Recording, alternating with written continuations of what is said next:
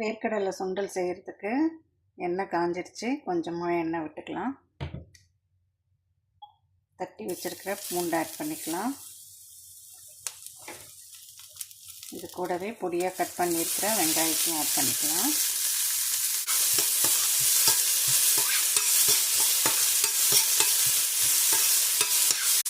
குடமிளகா, மஞ்சத்தூள், தனி மிளகாத்தூள், கொத்தமல்லி தூள், சீரகத்தூள், கருவேப்பிலை பொடி, பெருங்காயத்தூள்,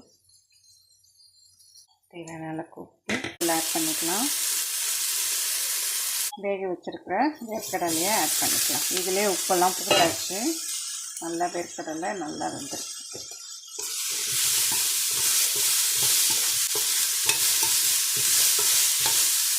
கேஸ் ஆஃப் பண்ணதுக்கப்புறம் துருவின கேரட் ஆட் பண்ணிக்கோங்க.